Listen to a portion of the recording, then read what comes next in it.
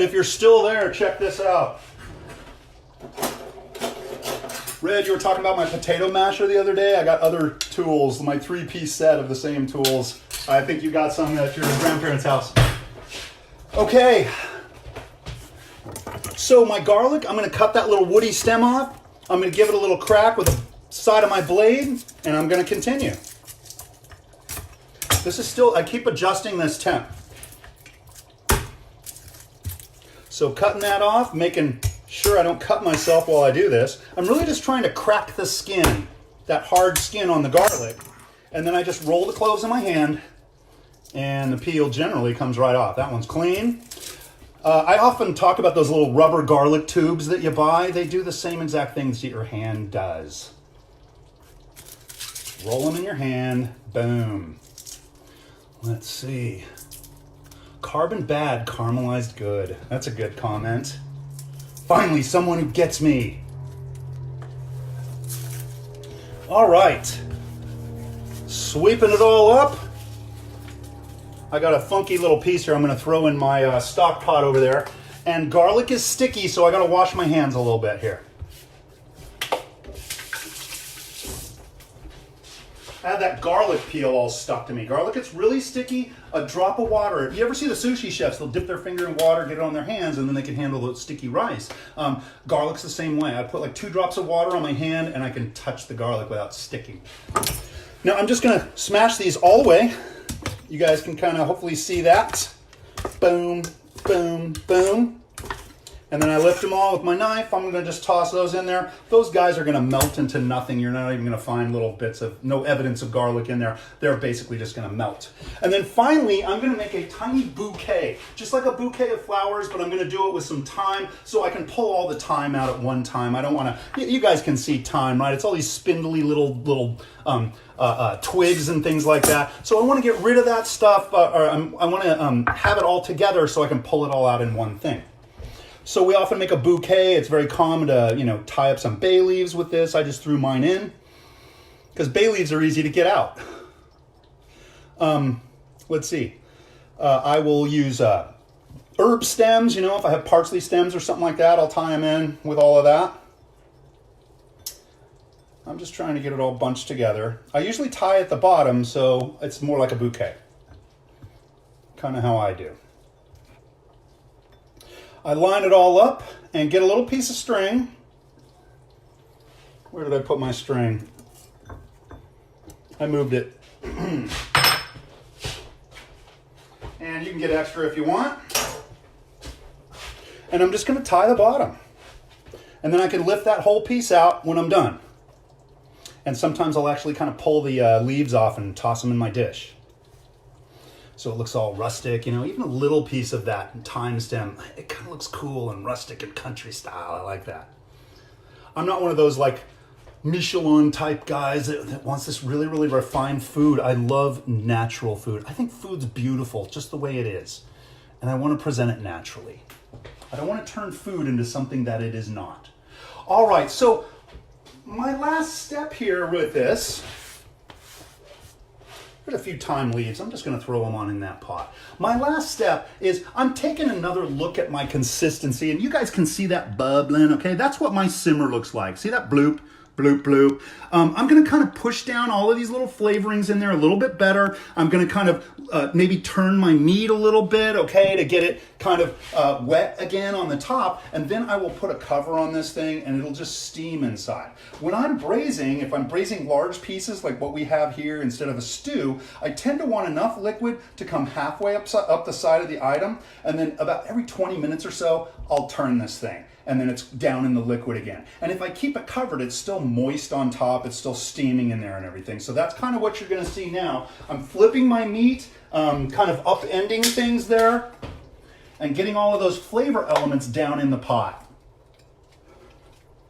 And once I'm there, I also feel, by the way, I'm going to add a tiny bit more water just for the sauce is starting to get thick. One of the things I always tell my students is anytime you look at your pot and you feel like it's getting a little thick on you, don't sit there and ask questions to yourself. Oh gosh, should I thin this out or whatever? Just thin this stuff out. I want this to be at a perfect sauce consistency the entire cooking process. So if this kind of reduces down, you lose a little of the water in there through evaporation, just re-wet it, adjust that consistency of the sauce, and then keep on cooking. Anytime it gets thick, you're doing it wrong, okay? You want it sauce consistency throughout. Turning the meat, getting everything down in the liquid so the flavors can kind of blend and marry and all of that good stuff.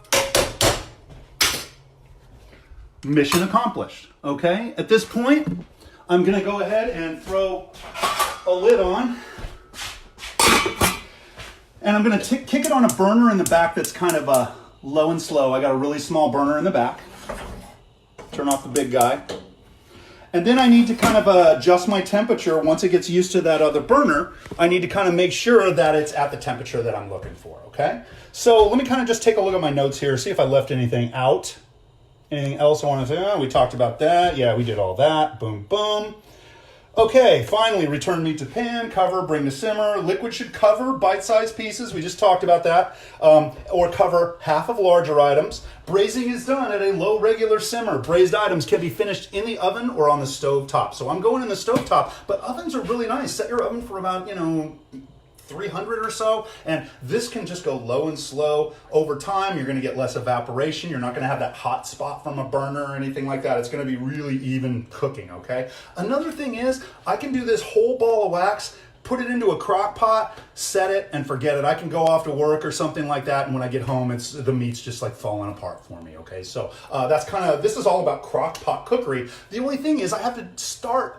If I'm using a crock pot, I have to start in some kind of pot so I can create that browning on the meat. I can't brown in a crock pot, or at least none of them I've ever seen, right? Or I can't caramelize my vegetables very well in a crock pot. All of that pince, caramelizing tomato paste, I can't do that in a crock pot. So I would do that in a pot and then just dump those ingredients right into my crock pot, and then I'm golden. I'm good to go, okay? As this is going, okay, now this is sauce technique as well as braising technique. As this is going, it's going to be kind of simmering along, and you'll start to get a crust form on the top. You've probably seen this stuff if you ever made like a cream soup or a clam chowder or something, right? You want to skim that crust. What that is the elements in the flour that aren't thickening, right? We use the starch granules in there, or the starch molecules to thicken this, but any other element, like think gluten, that's another element of flour, right? That's coming to the top and we're just skimming that stuff off. So we keep the starch and we get rid of everything else. And we're also skimming off fat as well. We used fat to make the roux. There's fat cooking out of those short ribs right now. So as we're skimming, we're removing fat from the surface and also scummy stuff from the surface. And that's the culinary term for that, scum. And we skim the scum, okay? Let's see. Boom, boom. I think that's it. I think I kind of covered it. So braising in a nutshell. You're going to marinate your meat ahead of time, if possible. Acidic marinades are going to help tenderize, okay? Next thing you're going to do, you're going to dry your meat and sear it. Set that meat aside. Next thing, caramelized vegetables. Next thing, pince tomato paste. That's how we say that in the kitchen. It's much easier to say pince than pull out, throw tomato product in there and brown it, okay? It's easier to just pince, okay? And you're done, right? Once you pince, Songe flour, there's that word I love, songe, it just sounds so suave, right? Songe flour in there to create a roux. By the way, you don't have to do that step. You can leave flour out and just cook in a tasty liquid. It doesn't have to be thickened, actually. Once you have cooked out that roux, it's gonna look really ugly in there, so don't panic, okay? But once you cook out that roux, you're gonna go ahead, incorporate liquid in 3 stages, whisking in between, making sure that it is nice and lump-free. And then you're going to start bringing that up to a boil, and then you're going to reduce that to a simmer. And I always do that in class. Bring it up to a boil. Always get it to that boil because we don't know how thick it's going to be until it hits the boil. Then get it down to a simmer, okay? So many things in the kitchen need to hit the boil and then go to a simmer, okay? Stocks, we're making stocks and soups and just so many things, okay? Once you get that sauce basically made, incorporate your flavors in there, your garlic, your my bay leaves and all of those aromatic flavorings I threw in there, and then add in your meat.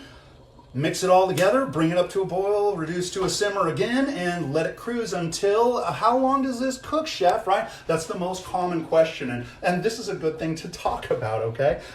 The common answer, at least in culinary school, is, and every chef I've ever worked with in school has said the same thing, we cook it until it's done. I've been using this term desired result in all of these little quarantine kitchens, right? And I've been using that term for years. It's all about the desired result, and the desired result here is meat that's tender enough to suck through a straw, basically, right? And so it's done when that occurs, right? And so ideally, we're cooking this so far that I can still pick out those pieces of short ribs without them falling apart. But as soon as a customer cuts into them, they just fall apart, right? It's like how they get it on the plate. I love that, right? And so that's kind of what I'm looking for, however long it takes you to get there. Now, I cut these short ribs down, so that should speed up the cooking process a little bit. But ultimately, we're looking at a good 2 hours before I'm even expecting anything to be going on with this thing. It's going to be going super low and slow. I got to check that temp. When I put the lid on, you can see that it increases the temperature here, so I'm going to kind of ease way off, and we'll check that again. You can see a little bit of foam starting to come together in there, but it's going a little bit too hot and heavy right there. I want to get it down to that simmer, okay?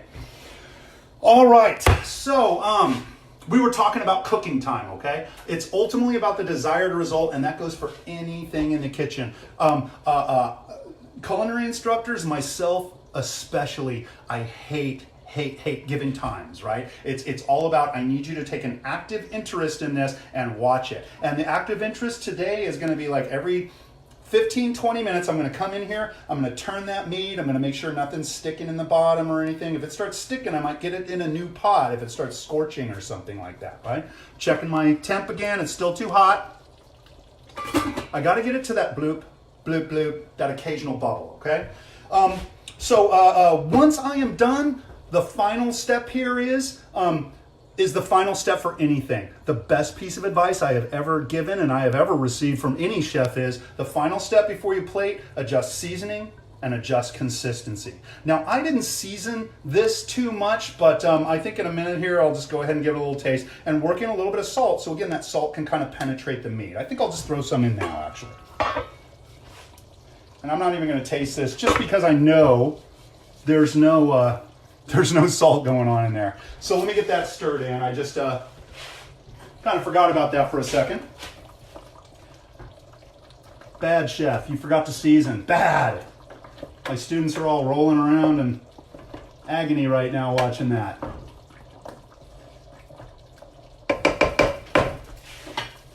Seasoning was one of the toughest things to teach. I gave up talking about seasoning so much, telling people to season their food, and I started instead focusing on telling them to taste their food, because I guarantee if you're tasting your food, you're going to instantly see like, this tastes like crap until I get a little salt in there or something like that, right? So taste your food is my advice.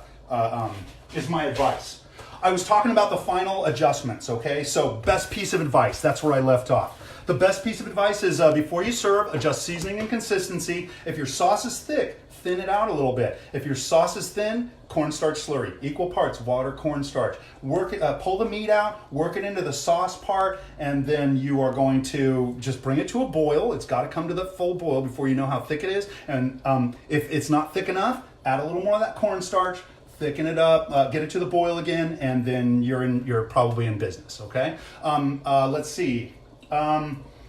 So we talked about consistency, and then finally seasoning. Before you plate something, you always taste your food and make sure that it is seasoned well. And you again want that food seasoned through and through. Do everything you can. It's almost like building a foundation for your house. We are laying down the salt on the meat before we sear, and then we pull that out, and then once the sauce is made, I'm laying down another thing of salt, and then I'm finally salting again at the end when I check my seasoning. You're laying in foundation or layers of flavor as you're doing that, or layers of seasoning, so the meat can get seasoned through and through, okay? That's kind of braising in a nutshell. Again, I want the world to know this stuff. I see so many comments about, wow, nobody ever talks about this stuff. You know, this isn't some big secret. Everybody talks